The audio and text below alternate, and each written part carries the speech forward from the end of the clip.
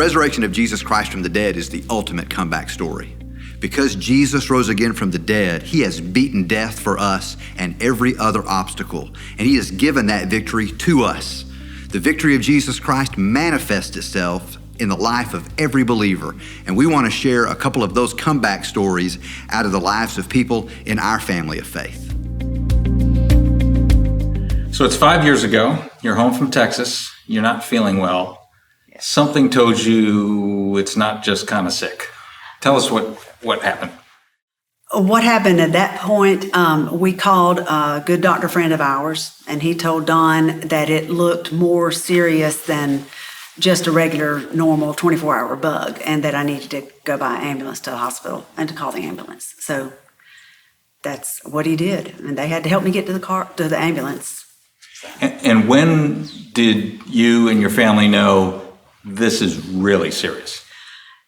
I think I was in the emergency room, and then they moved me to a room, and that's when things, I believe, started going downhill. For me, Sharon was in the hospital and she was sick, but we just thought she had a real bad infection, an infection that had affected her body really bad. And so I chose to take a night shift to spend the night with Sharon. And on that night, in the middle of the night, the nurse came in to take her vitals. Normal routine, they do.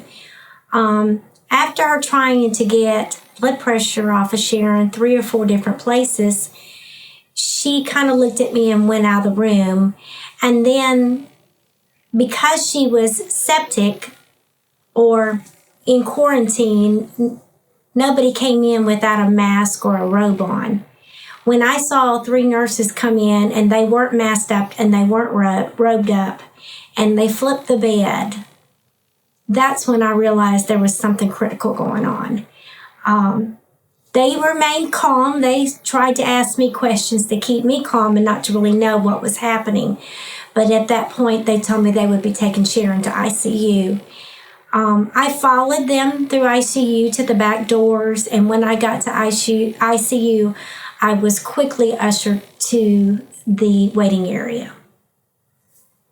I found out later that Sharon was being coded in the ICU. And I didn't know at that time, except that I was in a room by myself.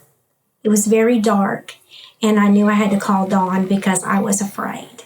Dr. Meichner came in and said that, look, she's severely dehydrated, severely malnourished, and she's got C. diff, which it has a name about this long that I can't say, and her body appears to be going septic. And that meant it was poisoning itself. Right. And the sepsis was coming on because my body started retaining a whole bunch of fluid to protect the brain, and it was a grave situation. So then you went on the ventilator and you were in an induced coma. So you don't know what was going on for how long? I did not know. I remember a little bit of being conscious, and Dee came into the ICU room, and I remember trying to talk to her with the vent in my mouth, saying, I'm so sorry, as soon as I get out of here, we're going to get your set done for your children's musical and all. And she said, babe, that's already happened. And it was at that point I was like, I don't know what's going on. So you don't remember what was happening during the darkest days. What does Don say, your husband Don? Was there a point in which he thought he was going to lose you? I think the night that they decided to put me on the ventilator, they were all in tears around my bed when my youngest son came into town. And he was greeted by a nurse and he was like, his face dropped, and she said, honey, we're putting your mom on a ventilator so she can breathe. And that bruised his heart right then. So. What do you know now that the church family was doing at that moment? At that moment, I don't know if that was a Wednesday. My friends can tell me what day of the week that was. I don't know, but they were praying. They were feeding my family. They continued to feed my family through the whole thing. But they were praying. Dr. Henry came to the hospital every day. My sisters, Laureen and Dee, were just there to be Aaron for Don, to hold him up. And I don't know what people who do not have the support of a Christian family and a Christian set of friends do in a time like this. So then, medically, the doctor said, we've got to do something that has never been done before. Right. Just briefly, can you talk about that decision to do such an experimental surgery? Yes. Dr. Meichner called Don, and Dr. Meichner was headed out of the country in that weekend.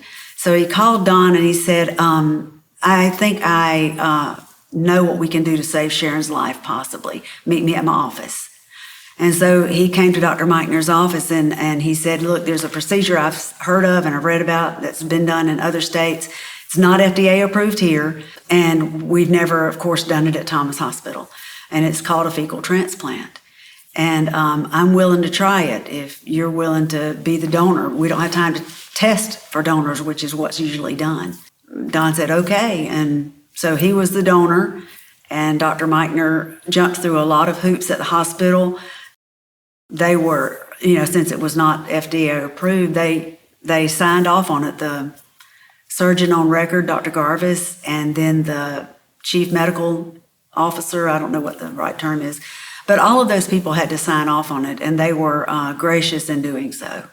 So how quickly did the doctor know that it worked and that you were going to survive? Well, he had, from the point of meeting with Don to doing it, he had a window of about 3 to 5 hours to get this done, because then he was headed out of the country. So he left without knowing exactly what the result was. So the next morning, he stayed in touch with the hospital daily to find out how things were going. And my white blood cell count went from 25,000 down to 15,000 overnight.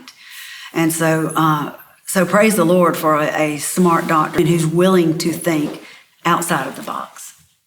You mentioned that you can't imagine someone going through what you went through, what Don and your family went through, without faith. Is that the biggest message? That is the biggest message, and is to have a support system. Number one, have faith in God, knowing that you may think your story's over, but he's got a whole nother plan. I remember not being able to even write a note. Laureen had to write a note for me. I couldn't write, and I couldn't walk. And my thought was, man, life is just not going to go back to being the same. What am I? This church knows me well enough to know that I don't let a lot of dust settle under me. And what am I going to do if I can't write, can't walk? What am I supposed to do? But you found that there was an anchor. Is Yes. that the lesson? Mm-hmm. And Hebrews talks about God is an anchor for the soul, and He is who we put our trust in. And our church family, they prayed hard. I have people that still tell me how much they prayed for me every day, and I know that they did. There could be somebody right here in the service or watching who doesn't have that faith. That's and this right. could happen to them this afternoon. Mm-hmm. Tell us what a difference faith would have. The difference would be relying on the one who created the body to heal the body. God can do far more than we can ask or think or imagine, but it requires that step of faith. He's not going to hold his hand on you and say, look, believe in me. You need to accept that. Any other lessons that you can share from this experience? I think the times where man, in their awesome capabilities, still think that, may still say that you have 6 months to get back to normal, or, I don't think you're going to make it out of here. God has another plan. God has a way to come back from the gravest of situations. And I am grateful that He's given me this chance to come back. And of course, many in our church, even in the last couple of months, have not come back. That's right. Yeah. But the other side is that there's another side. That's right. And it's forever. And that side is forever.